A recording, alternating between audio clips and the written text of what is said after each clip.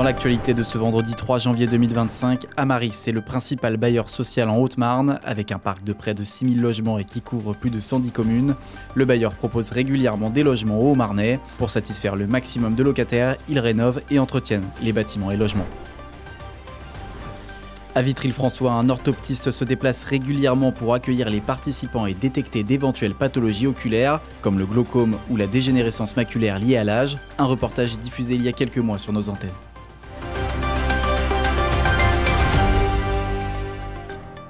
Nous continuons de vous tenir au courant de la situation de l'ex-magasin Leader Price devenu Miam Land City. La situation évolue puisque les salariés ont reçu 1 000 € le 24 décembre dernier, leur seul versement depuis les 500 € du mois de septembre 2024. Dans la matinée de ce lundi 30 décembre, une commission de sécurité a inspecté le magasin.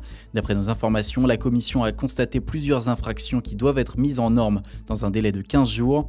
La commission devrait se réunir le 13 janvier pour statuer d'une possible fermeture administrative du magasin, avant l'audience au tribunal des prud'hommes de Chaumont le 13 février prochain. Le reste des informations est à retrouver sur notre site internet puissancetélévision.fr. Cette maison vient d'être rénovée. Amaris y a réalisé des travaux pendant près d'1 an. Ce pavillon des années 80 a été totalement réhabilité afin de répondre aux normes thermiques actuelles. Pour la locataire, c'est aussi des économies. Sur les choses qu'on a traitées ici, c'est un peu classique, c'est ce qu'on appelle une rénovation thermique. C'est-à-dire qu'on traite l'isolation du bâtiment. Dans les combles, on a mis de la laine de verre, donc il y a aussi une isolation des combles. Ensuite, on a changé toutes les menuiseries extérieures, les fenêtres sont changées, la porte palière est changée. Et puis on a changé le mode de chauffage. Enfin, plutôt on ne l'a pas complètement changé, puisque ça reste du chauffage électrique, vous avez vu que vous avez des convecteurs radiants. Mais on a ajouté ce poêle à granulés, qui est théoriquement un complément de chauffage, mais qui très vite peut venir le chauffage principal, parce que finalement ça suffit. Ces travaux s'élèvent à 65 000 € par maison et offrent à la locataire un tout nouveau confort de vie. Principalement, moi, c'est le poêle à granulés que j'ai apprécié, et puis l'isolation, les volets roulants, et le chauffage électrique, mais bon, au cas où ça ne chaufferait pas assez, voilà, mais sinon, je suis satisfaite des travaux. En contrepartie des travaux, une légère augmentation du loyer sera appliquée pour couvrir les frais. Les loyers plafonds des logements sociaux seront en revanche respectés.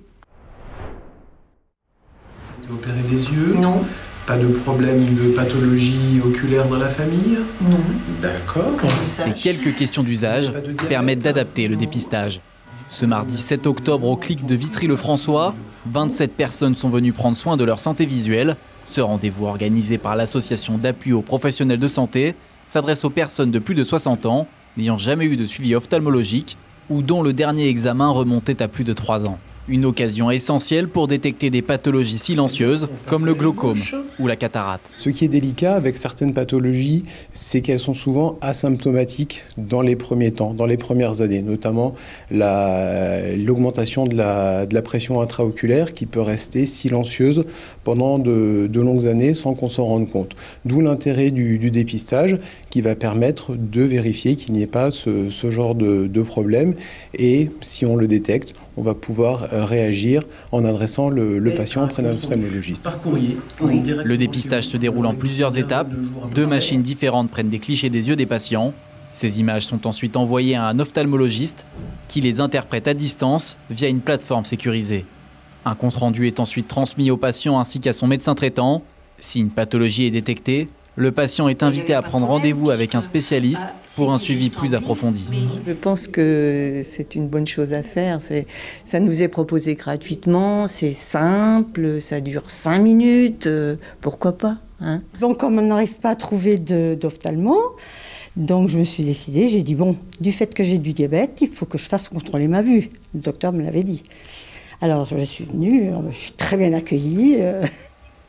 Un autre dépistage visuel, cette fois destiné aux personnes atteintes de diabète, est prévu le 23 octobre à Saint-Dizier. Vous pourrez revenir faire avec nous l'examen l'année prochaine.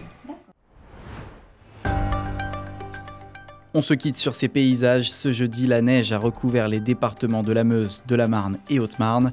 Les routes ont rapidement été prises en charge par les services de déneigement, mais la prudence reste de mise.